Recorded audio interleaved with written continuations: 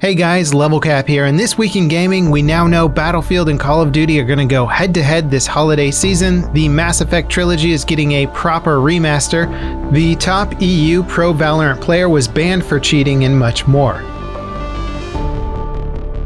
2021 is shaping up to be the next Battlefield versus Call of Duty battle. EA and Activision both confirmed new releases are coming this year.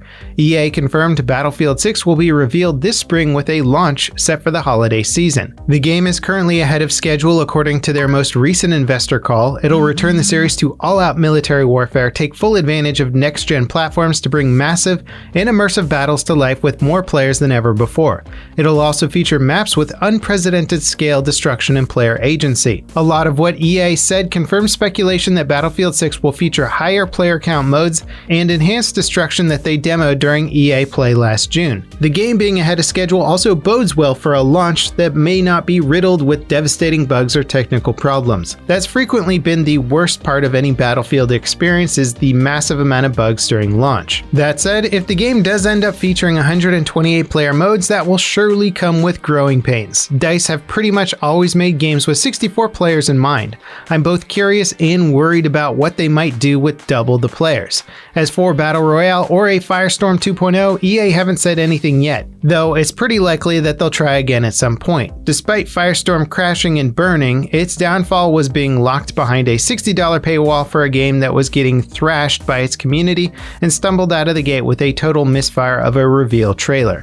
Battlefield 5 started with a bad first impression and never seemed to fully recover. And while I know not everyone is keen on a Battlefield Battle Royale, I think if anyone could do the genre justice, it would be DICE. Firestorm 2.0 with a better looting system and free-to-play model has potential, and I hope they realize it. Of course, it wouldn't be a Battlefield launch year without some stiff competition from Call of Duty.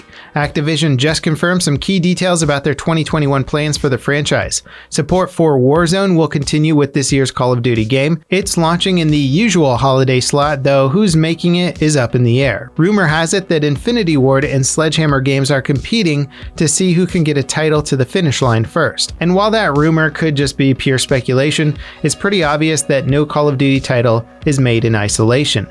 This is an annual franchise with multiple studios working on every release. Activision haven't missed a year yet, even when they had to step in and juggle which studios are doing what. Of course, the big question mark is what state will Warzone be in when COD 2021 debuts. Right now, the Call of Duty community is pretty up in arms about Warzone problems. Just recently, the Infinite Stim glitch reared its ugly head yet again. YouTuber Defend the House found an exploit that lets you glitch into the gulag without dying, and cheaters have shown up in force to ruin the Warzone experience for countless players. The good news is Raven Software have been put in charge of Warzone and already squashed the Stim glitch. Activision also announced 60,000 players were banned for cheating in a single day this week.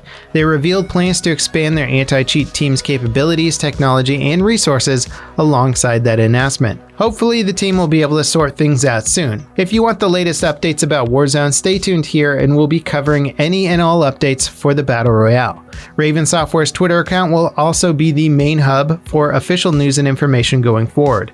As for other bugs with Warzone, like the invisible skin bug, getting stuck in loadouts, broken Cold War weapon attachments, inconsistent hit markers, and missing bullet tracers, Raven are working on or have fixes scheduled for all of them.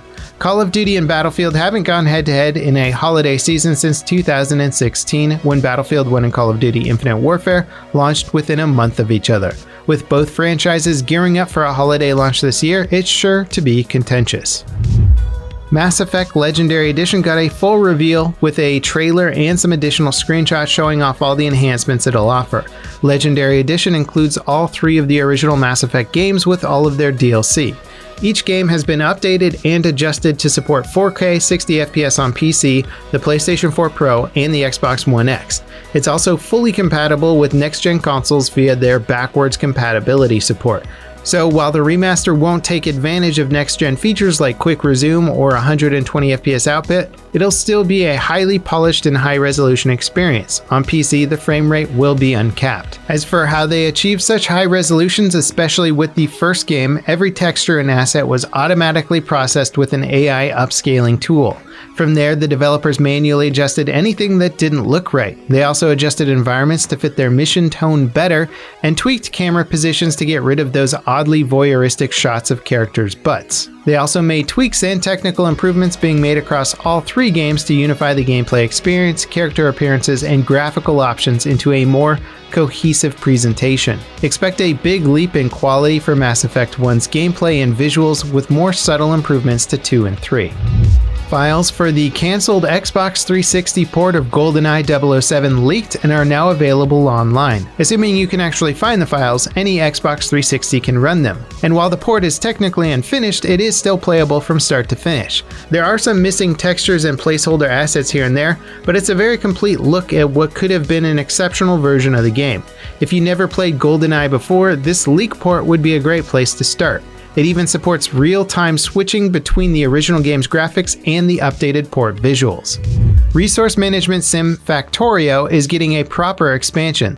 The game's director published a blog post revealing the game's recent 1.1 update would be the vanilla game's final release. He and the team discussed all the possibilities of expanding the game, including a sequel, free updates, and small DLCs. Instead, they opted to pour all their post-launch efforts into a big expansion that will add all sorts of new content. The game will still get bug fixes, mod tool improvements, and other small adjustments between now and when the expansion launches, but I wouldn't expect it out anytime soon. The team is just getting into development on the expansion now. Google is shutting down their internal game development studios for Stadia. The game streaming platform has drawn a very mixed reaction from gamers. Some are frustrated at the idea of rebuying games on a platform that doesn't have any long-term support guarantees. Others are just happy to have access to next-gen titles without needing a beefy PC or new console. For now, it seems like Google is opting to support the platform as a place for third-party developers to offer games instead of Google providing the core attractions. Rust's Softcore update is live. It's hosted on dedicated servers and is intended for new players to ease them into the game. Rust is notably brutal to newcomers, as dying means your loot is up for grabs and basically restarts you with nothing. Considering most other players will have fully built out bases, weapons, and armor, Softcore mode seems like a great idea. On these servers, you can reclaim half your inventory after dying. There's also some other tweaks to ease your pain and suffering. Aside from softcore stuff, a new drone system has also been added to retrieve and deliver purchased items automatically. Other players can shoot down your drone, so the whole process is a lot safer than traveling around to make trades. Valorant's top-ranked EU pro Nice was banned for 1 year by Riot. He demanded on social media that Riot provide evidence that he was cheating, but so far the developer hasn't responded. He also claims the account hasn't actually been banned from normal play, which normally happens when a player is banned. Before we get to our final story this week, I just wanted to say thank you all for watching and subscribing. If you're not already subscribed to this channel, go ahead and hit that sub button, turn on the notifications if you don't want to miss any news going forward. Ubisoft dropped the Rainbow Six Siege ban hammer hard in 2020, issuing over 90,000 bans for cheating in total for the year. That's up 40% from 2019. It's unclear if the uptick in server bans resulted from the player base getting bigger, improved detection, new rules on bans, but it sounds like it was probably a combination of all of those things. A new type of cheating sanction was implemented last August that led to 4,500 players getting banned on its own. The meat of the story is that if you plan on cheating in Rainbow Six Siege, well, you're probably going to get banned for it. And that wraps it up for this week in gaming. As always, guys, thank you so much for watching, and I'll see you next time. This is LevelCap, signing off.